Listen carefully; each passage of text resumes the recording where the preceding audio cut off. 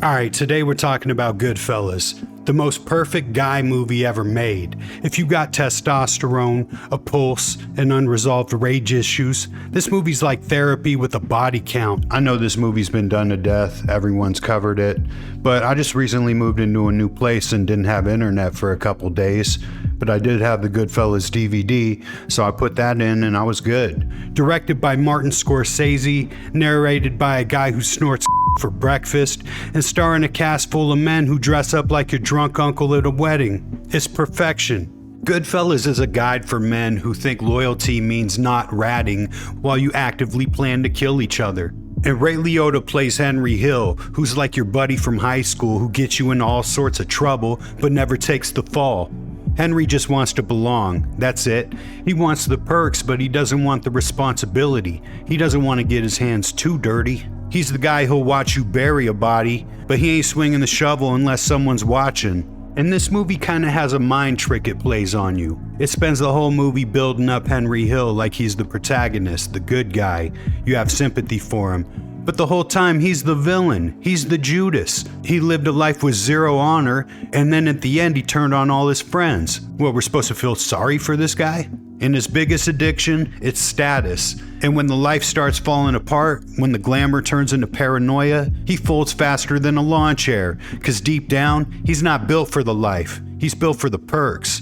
He wants the suits, not the stabbings. But this movie is like a rite of passage for every young man. I first saw this when it came out, and I was really young. It was one of the coolest things I'd ever seen. And from that day on, as far back as I can remember, all I ever wanted was to be a gangster. Oh! Scorsese doesn't just film gangsters, he undresses them, psychologically.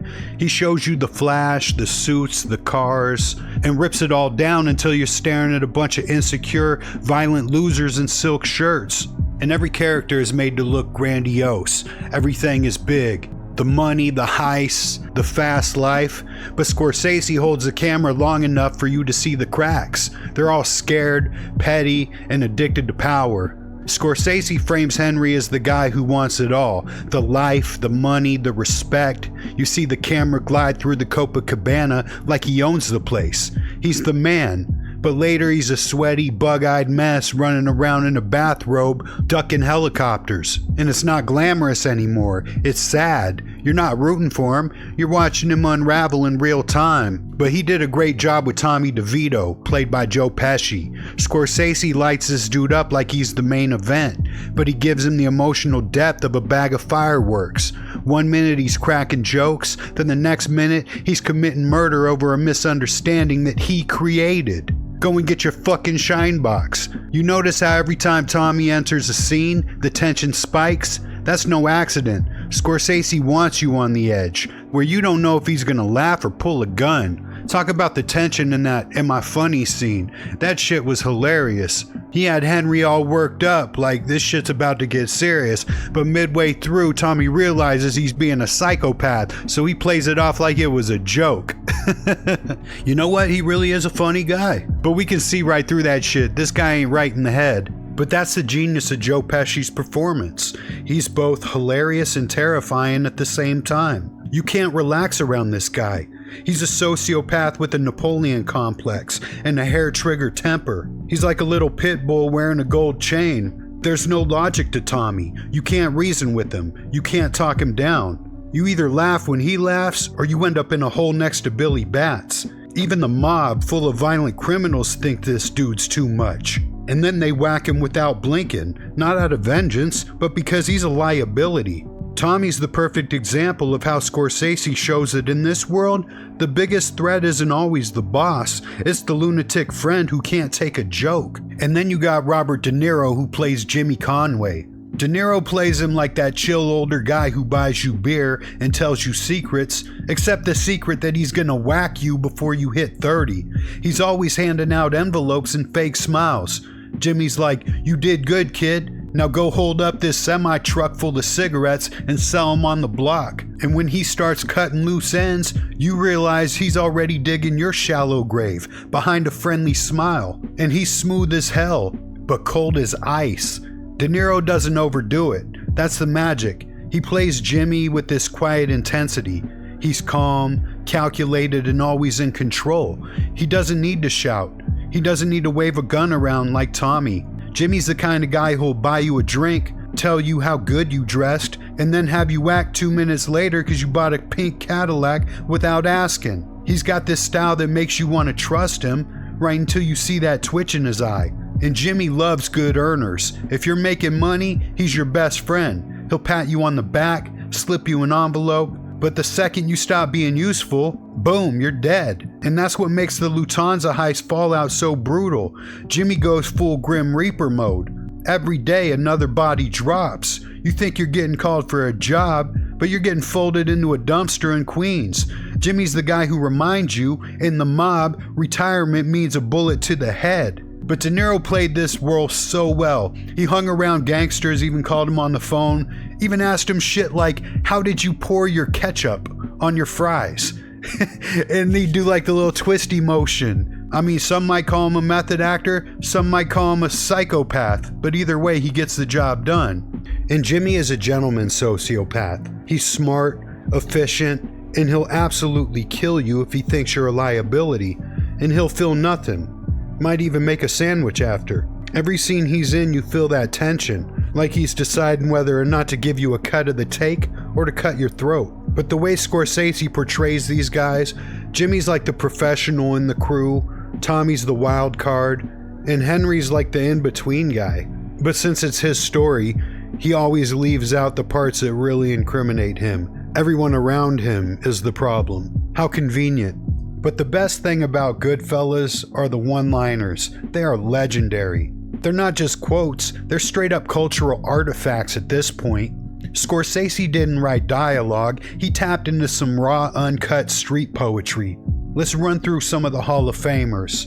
Funny how? Like a clown? I amuse you? I make you laugh? This is the line. Joe Pesci turned a casual compliment into a murder threat in under 10 seconds. You're laughing 1 minute, and then next you're wondering if you're gonna end up in a trunk. This whole scene's a masterclass in toxic tension. Everyone at the table freezes. You feel that heat rising up to your neck like you said something wrong. And the line was mostly improvised. Pesci just went off, and Scorsese was smart enough to let him cook. And then you got, as far back as I can remember, I always wanted to be a gangster. That's a thesis statement. It's Goodfellas in one breath. Henry doesn't want to be a hero or a good guy. He wants respect and money and a reserved table at the Copa.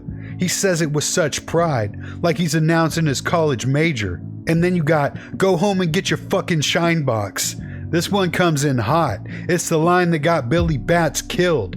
It's so petty, smug, and so old school mob hierarchy, he's like pulling rank with a side of passive aggression. And then boom, Tommy snaps. And just like that, Scorsese reminds you that no one in this movie's safe. And then you got never rat on your friends and always keep your mouth shut. Which is like straight up foreshadowing. Cause you know Henry Hill's gonna turn into the biggest snitch on earth. And that's the mob's golden rule, handed down like the gospel. It's like the criminal version of the 10 Commandments. And by the end of the movie, Henry breaks both rules. And then of course when Karen flushes the dope down the toilet when the cops come raid him. Karen, why did you do that? That was worth 60 G's. Karen. And then Tommy, don't go busting my balls, okay? When he says to Billy Batts. Billy Batts is a funny guy because he acts like he's his friend, old school homie, but he couldn't wait to needle at Tommy to bring up the days when he'd shoe shine. They'd call him Spit Shine Tommy. He'd make your shoes look like fucking mirrors. And these lines stick because they're not movie lines. They feel real. The humor's dark, the threats are casual, and the vibe's always 2 seconds away from absolute chaos. Scorsese let his actors talk like actual criminals, not screen-written tough guys. And you know, a lot of people from this movie went on to be in Sopranos. Like, you got Paulie Walnuts, he's in it. Of course, Karen, who's Dr. Melfi. I mean, even Big Pussy's in this for like 2 seconds. It's got a classic lineup. And it's a movie that never gets old. It's something that you can put your faith in if you don't have internet that weekend and can't put on Netflix. If you got a DVD of Goodfellas, you're straight. And there's nothing better than that crazy montage scene to Layla where Robert De Niro starts whacking out everyone from the Lufthansa heist because he wanted to keep the money and also he didn't want people to snitch. You set up this job like on some Ocean's 11 shit, but then you whack everyone because you're paranoid. But yeah, man, it's great. And in the end, you know what happens with Henry. He turns into a little bitch ass, you know. Fuck that guy. But yeah, I grew up on this movie. I'm sure many of yous did too. I mean, this movie taught everyone East Coast swag. I'm from the West Coast, but everyone thinks I'm from the East Coast. That's because I grew up watching this shit, so I talk like it. Always saying like, hey, I'm over here now. This fucking guy over here. Just like with Sopranos, watching Goodfellas, by the end of it, you start talking like them. These guys are like your friends. This is a hangout movie with your buddies that might eventually end up whacking you by the end. But yeah, I really dig this movie. I'm sure this has been overdone a million times, but here's my take on it. So let me know some of your favorite scenes, your favorite quotes, and what other movies you'd like me to cover. But to the rest of you, I hope you have a good night, be safe, and God bless. And never rat on your friends and always keep your mouth shut.